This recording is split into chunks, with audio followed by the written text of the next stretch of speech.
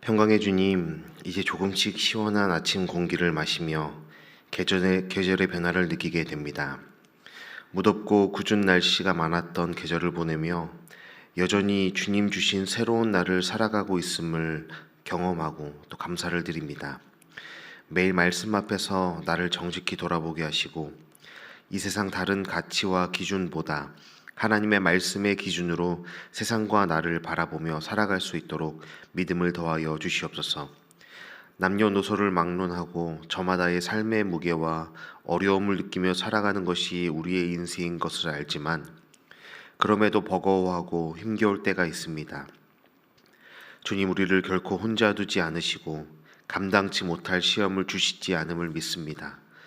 주님, 우리에게 주어진 삶을 살아내어 결국 주님을 찬양하고 주님의 행하심을 높이는 삶이 되기를 원하오니 주여 우리와 함께하여 주시옵소서. 우리 교회의 주인 되신 하나님, 매일 교회를 위해 기도하면서도 여전히 하나님의 일하심과 뜻에 맡겨드리는 것이 너무 어렵다고 느끼는 우리의 연약함을 고백합니다. 하나님이 주인 되시고 하나님의 뜻에 따라 우리 교회를 인도하시고 붙드실 것을 다시 믿음으로 선포하는 높은뜻 덕서교회와 모든 교우들 되게 하여 주시옵소서. 교회 이전을 위해 준비하고 진행하고 처리해야 하는 상황들이 참으로 많습니다. 그래서 분주해지고 조급해하고 불안하게 하기도 합니다. 하지만 그럴 때일수록 사람의 방법과 생각보다 하나님의 뜻과 말씀에 순종하기로 결단하며 주님과 발맞추어 천천히 걸어갈 수 있는 우리 교회가 되게 하여 주시옵소서. 필요한 절차와 법률적 문제, 또 준비되어야 하는 장소들이 잘 정리되어서 하나님이 열어주시는 때에 차질 없이 이전이 진행될 수 있도록 함께하여 주시옵소서. 앞장서서 준비하는 모든 이들이 지치지 않게 하시고 불평하고 회방하고 분열시키기보다 하나되고 연합되기를 선택하는 우리 모두가 되기를 원합니다. 주님께서 이 모든 과정을 이루어 가심을 모두가 바라보며 결국에 하나님의 일하심과 인도하심을 찬양하며 함께 기뻐하는 시간을 허락하실 것을 기대합니다. 이 모든 시간들을 주님과 함께하는 우리 교회 되게 하여 주시옵소서. 주님, 오늘도 시편을 통해 나와 우리를 향한 하나님의 뜻을 알아가는 시간 되게 하시고 말씀하시는 대로 살아내어 하나님이 예비하신 은혜를 누리며 찬양하는 높은뜻 덕서교회 가족들 되게 하여 주시옵소서. 모든 인생의 주인 되신 예수님의 이름으로 기도드립니다. 아멘. 오늘 우리에게 주시는 하나님의 말씀은 시편 105편 12절로 23절까지의 말씀입니다. 시편 105편 12절로 23절까지 말씀 저와 여러분이 한 절씩 교독하시고 마지막 23절은 함께 합독하도록 하겠습니다. 하나님의 말씀입니다. 그때에 그들의 사람 수가 적어 그 땅에 나그네가 되었고 이 족속에게로서 저 족속에게로 이 나라에서 다른 민족에게로 떠돌아 다녔도다. 그러나 그는 사람이 그들을 억압하는 것을 용납하지 아니하시고 그들로 말미암아 왕들을 꾸짖어 이르시기를 나의 기름 부은 받은 자를 손대지 말며 나의 선지자들을 해하지 말라 하셨도다. 그가 또 그 땅에 기근이 들게 하사 그들이 의지하고 있는 양식을 다 끊으셨도다. 그가 한 사람을 앞서 보내셨으며 요셉이 종으로 팔렸도다. 그의 발은 찻골을 차고 그의 몸은 쇠사슬에 매였으니 곧 여호와의 말씀이 응할 때까지라. 그의 말씀이 그를 단련하였도다.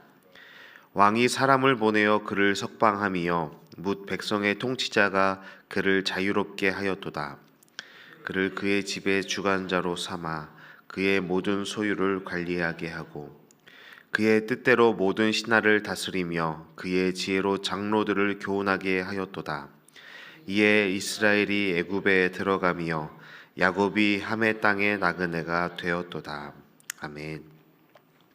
네, 오늘도 평안한 밤 주무시고 또 보내시고 또 이곳에 함께 오신 줄 믿습니다. 이제 우리나라를 덮고 있던 따뜻한 이불이 거쳐지고 이제 시원한 공기가 또 우리나라에 들어오게 된다고 합니다. 참 그 무더운 여름날 또 건강하게 또 잘 살아내시느라 하나님께서 또 기뻐하시고 참 많이 수고하신 것 같습니다. 오늘도 우리에게 또 맞추시는 말씀을 통해서 시편을 통해서 또 하나님께서 우리 인생 가운데 계획하신 일들이 무엇인지 또 일하심을 또 함께 바라볼 수 있는 시간 되기를 바랍니다. 또 어제 말씀드렸던 것처럼 이 시편 105편을 통해 신앙 기억에 대해서 또 계속해서 나누려고 합니다. 오늘은 특별히 또 요셉 이야기를 중심으로 하나님께서 어떻게 일하셨는지 또 요셉의 삶을 통해서 하나님의 일하심의 방법이 무엇인지 함께 생각해 보려 합니다. 이 시의 두 번째 단락이 시작되는데 이제 시인은 족장들에게 주어졌던 그 땅의 약속, 가나안 땅을 너희에게 줄 것이다라고 약속하셨던 그 하나님의 말씀이 계속해서 어떻게 이어져 가고 있는지를 그 역사를 계속해서 회상합니다. 족장들과 하나님의 백성들이 경험했던 위기의 상황들 속에서 하나님께서 어떻게 일하셨고 섭리하셨는지, 그리고 하나님이 맺으신 그 언약을 이루어 가시는 방법을 자세하게 말씀하고 있습니다. 먼저 12절에서 15절 말씀인데, 하나님이 아브라함과 이삭과 야곱에게 가나안 땅을 차지할 것을 약속하긴 하셨지만 그 약속을 즉시 이루시지 않으셨던 이유를 알 수 있습니다. 12절에 언급된 대로 가나안 땅을 차지하기에는 그 이스라엘 족속이 사람의 수가 너무 적었기 때문이라고 기록되고 있습니다.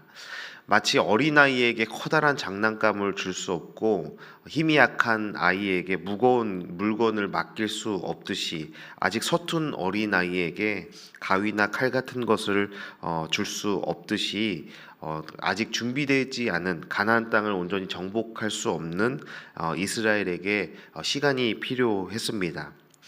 가나안 땅에 그들이 들어간다 해도 그 땅을 정복하기에는 이스라엘이 너무 작았고 준비되지 않았기 때문에 이곳저곳을 떠돌며 살아가기도 하였고 그 시간이 이루어지기까지는 수백 년이라는 시간이 걸리게 된 것이죠.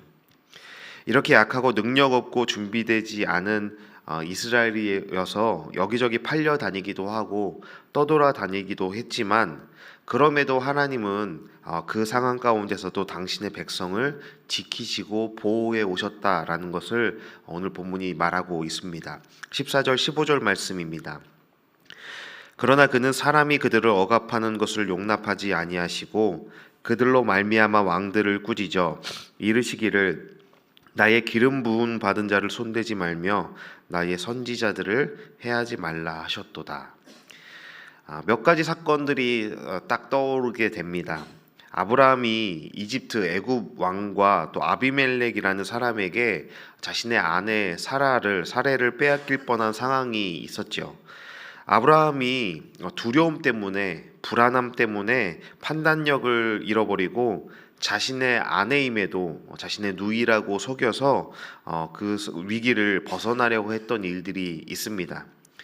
그래서 공경에 처한 아브라함과 사라를 위해 하나님은 그 이집트 왕과 아비멜렉에게 나타나셔서 경고하시고 사라를 돌려주어야 하고 또 아브라함에게 그 어떤 해도 위협도 가해서는 안 된다라는 경고를 하셨습니다. 편애가 좀 심해 보이기도 합니다.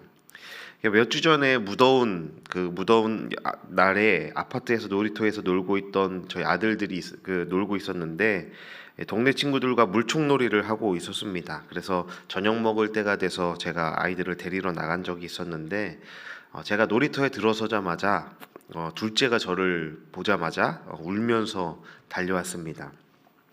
동네 덩치가 큰 형들이 자기 물총을 빼앗아서 놀고 집에서 어렵게 낑낑대면서 받아갔던 그 물마저도 다 써버렸다라는 것입니다.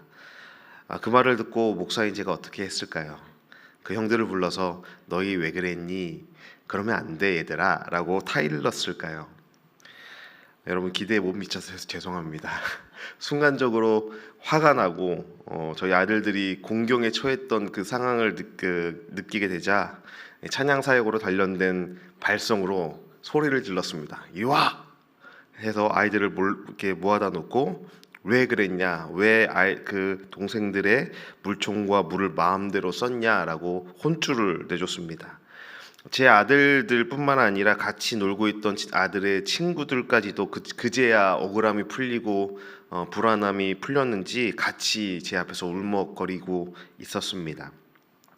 마치 그런 그림이었던 것 같습니다.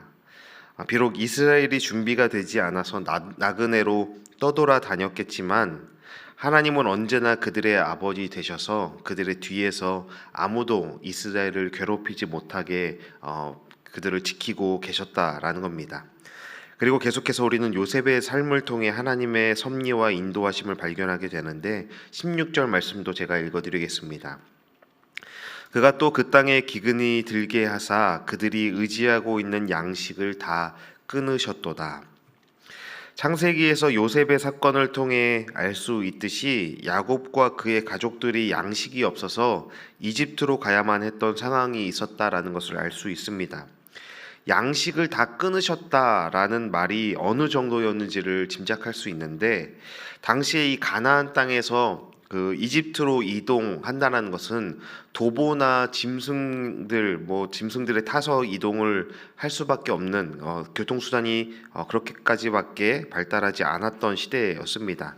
그렇기 때문에 우리가 생각하는 것처럼 그냥 이동할 수 있는 것이 아닌가라는 생각을 하지만 그리 간단한 문제가 아니었습니다.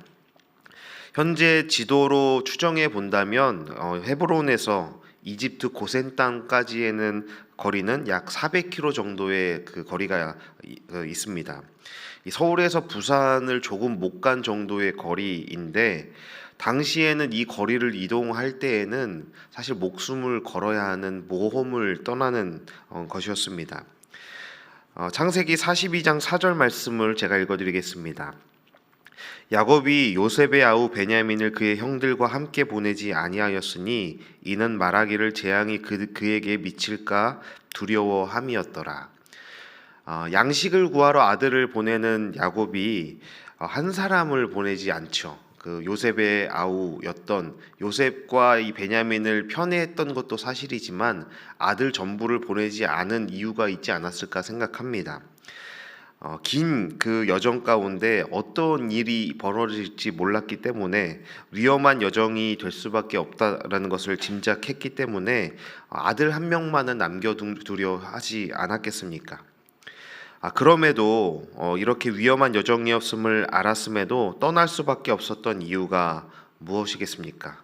읽었던 것처럼 의지하고 있는 양식이 다 끊어졌기 때문입니다. 여기서 다라는 이 글자가 중요하죠. 모든 양식, 모든 가능성이 끊어졌다라는 겁니다. 적당히 견딜만 하고 적당히 배고파서 적당히 먹고 살 만한 상황이었다면 그들은 이 모험을 선택하지 않았을 겁니다.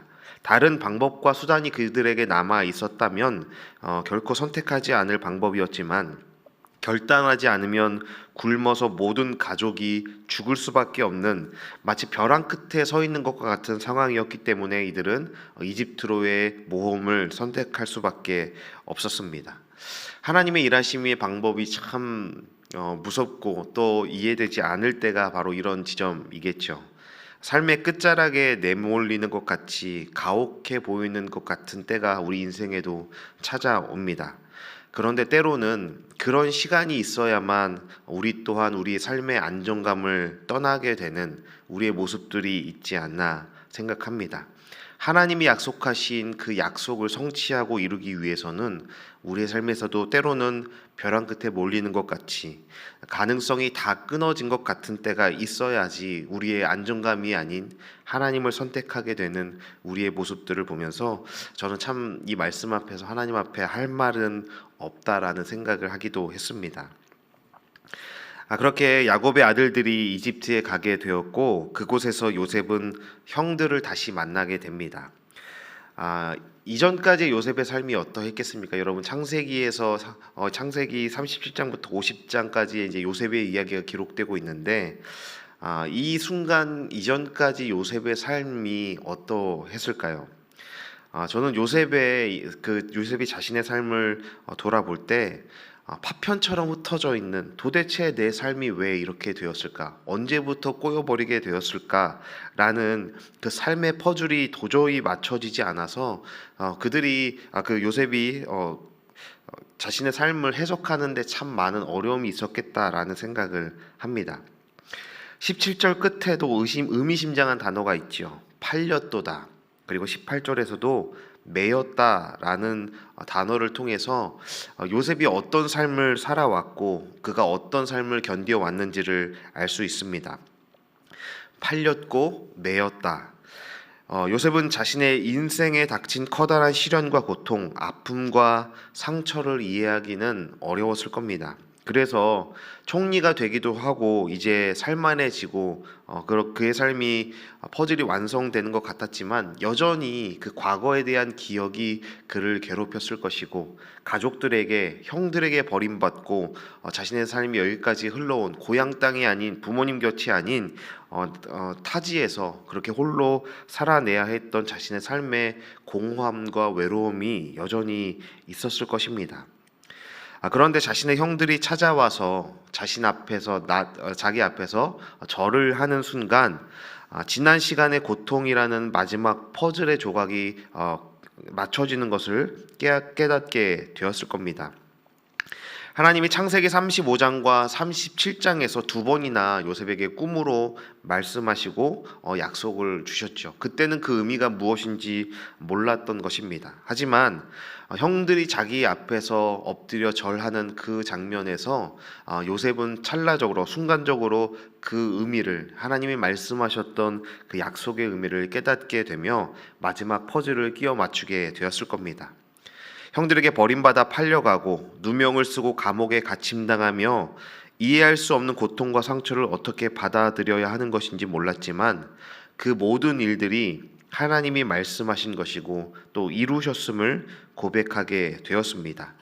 우리 창세기 45장 5절부터 8절 말씀을 한 목소리로 함께 읽어보도록 하겠습니다.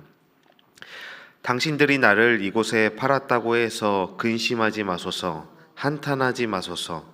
하나님이 생명을 구원하시려고 나를 당신들보다 먼저 보내셨나이다. 이 땅에 2년 동안 흉년이 들었으나 아직 5년은 밭갈이도 못하고 추수도 못할지라.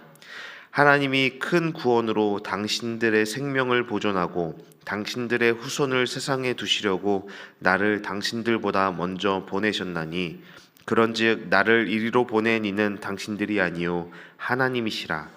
하나님이 나를 바로에게 아버지로 삼으시고 그 온 집의 주로 삼으시며 애굽 온 땅의 통치자로 삼으셨나이다. 아멘. 인생에 해결되지 않은 그 버림받음의 상처와 고통들, 지난 과거의 원망이 눈 녹듯 사라졌고 이 순간에 가해자도 피해자도 상관없이 하나님의 뜻과 섭리로 인도하셨고 자신과 가족들의 생명을 살리시기 위해 자신의 인생을, 삶을 사용하셨음을 고백하게 되었습니다. 마지막 인생의 퍼즐이 이 순간에 끼어 맞춰졌던 것이죠. 아름다운 인생의 그림이 마치 가까이에서 볼 수 없었던, 가까이에서는 발견하지 못했던 스타인글라스와 같은 그 파편화되었던 그림이 멀리서 하나님의 섭리를 바라볼 때 정말 아름다운 걸작이었고 완벽한 드라마였다라는 것을 그가 고백하게 되었을 것입니다. 그의 발은 착고를 차고 그의 몸은 쇠사슬에 매였으니, 여러분 어제 나누었던 말씀 중에 한 구절이 생각나시죠? 발에 착고를 차고 몸에 사슬이 매인다는 것의 의미가 무엇이겠습니까? 요셉의 의지와 뜻대로가 아니라 그를 붙잡은 하나님의 의지와 뜻대로 그의 인생과 삶을 인도해 가셨다라는 것입니다. 내 뜻과 의지가 아닌 것이죠. 그래서 우리가 그 지점에서 고통스럽고 원망스럽고 답답함을 느끼게 됩니다. 당연히 감사하라는 어제 주어졌던 그 명령이 맞지 않는 상황을 우리는 지나게 됩니다. 당연히 감사할 수가 없을 겁니다. 하지만 어제 말씀드렸던 것처럼 범사에 감사하라. 이것이 그리스도 예수 안에서 너희를 향하신 하나님의 뜻이다. 너희를 향한 하나님의 강력한 의지다라는 말씀의 의미를 다시 한번 깨닫게 되는 것입니다. 나의 시선과 생각으로 범사에 감사하는 것은 불가능한 일입니다. 하지만 하나님의 의지로 우리의 발에 찻골을 채우고 사슬로 묶으셔서 우리를 인도하신 곳에 도착할 때 그곳에 비로소 범사에 감사할 수 있음의 의미를 우리는 분명히 깨닫게 될 것입니다. 도저히 범사에 감사할 수 없도록 요셉의 인생을 뒤엎었던 분노와 원망, 상처와 실패가 하나님의 언약, 하나님의 말씀 안에 재해석될 때 요셉은 참으로 범사에 감사할 수밖에 없는 인생이었음을 고백하게 되었습니다. 사랑하는 여러분, 우리의 기억은 파편처럼 흩어져 있습니다. 상처받아서 깨어지기도 하고 뜻대로 되지 않아서 무너져서 도대체 나의 인생이, 나의 삶이 어디로 어떻게 흘러가는지 우리는 알 수 없고 해석할 수 없을 때가 많습니다. 이해할 수 없는 상황에 던져진 것 같은 때가 많이 있습니다. 내 눈엔 착고에 매인 것 같고 온몸이 사슬에 매여 질질 끌려가는 것 같은 상황 때문에 하염없이 눈물만 흐르고 차오르는 눈물을 삼켜야 하는 시간들을 우리는 보내기도 합니다. 하지만 그곳에서 요셉에게 꿈을 주시고 약속하셨던 그 하나님의 일하심을 우리도 바라보기를 원합니다. 말씀과 언약이 있다면, 우리가 그 하나님의 약속과 언약을 기억한다면, 그 말씀으로 우리의 삶을 해석하고 주석할 수 있다면 우리도 범사에 감사라는 명령이 당연한 것임을 고백할 수 있다라는 것을 우리가 믿음으로 바라보기를 바랍니다. 하나님의 말씀에 매이고 하나님 사랑의 사슬에 매여 그분의 손에 붙들려 끌려가는 인생 되기를 축복합니다. 이 말이 두렵기도 하고 불안하기도 하고 막막하기도 하겠지만 그렇게 끌려가서 신실하고 선하신 하나님의 약속의 말씀 앞에 그 말씀으로 우리의 삶이 해석되고 마지막 퍼즐이 끼워 맞춰질 때 정말 하나님 완벽한 드라마였습니다. 완벽한 역전의 드라마였습니다. 라고 주님을 찬양하게 될 것을 소망하시기를 바랍니다.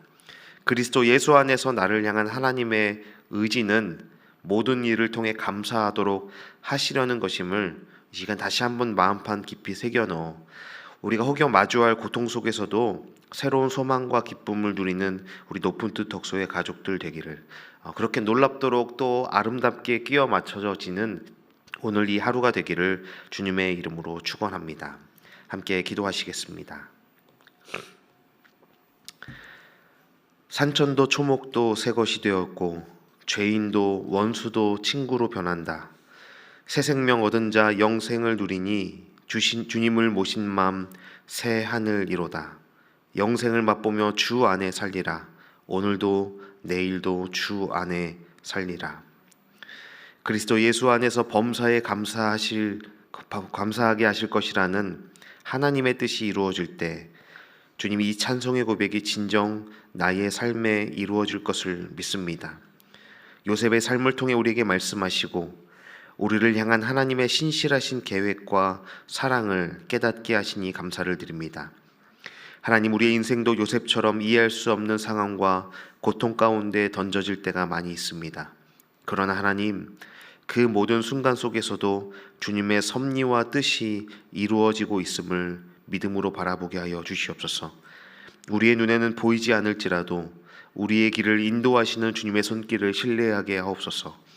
하나님, 우리의 기억이 파편처럼 흩어지고 고통과 상처로 어두워질 때 우리에게 꿈과 약속을 주신 주님을 바라보게 하시고 그 말씀으로 우리의 삶을 해석하고 이해하게 하여 주시옵소서. 우리의 삶이 주님의 손에 붙들려 주님의 인도하심을 따르는 인생 되게 하여 주시옵소서. 하나님의 말씀에 더 단단히 매이고 하나님의 사랑의 사슬에 매여 주님과 동행하는 우리의 높은 뜻 덕속의 모든 교우들이 되게 하시고 우리를 향한 하나님의 의지가 이루어지는 삶을 살아가게 하여 주시옵소서. 오늘도 내일도 주 안에서 감사하며 살아가는 우리가 되기를 소망하며 우리를 사랑하시는 예수 그리스도의 이름으로 기도드립니다. 아멘. 함께 기도하시겠습니다.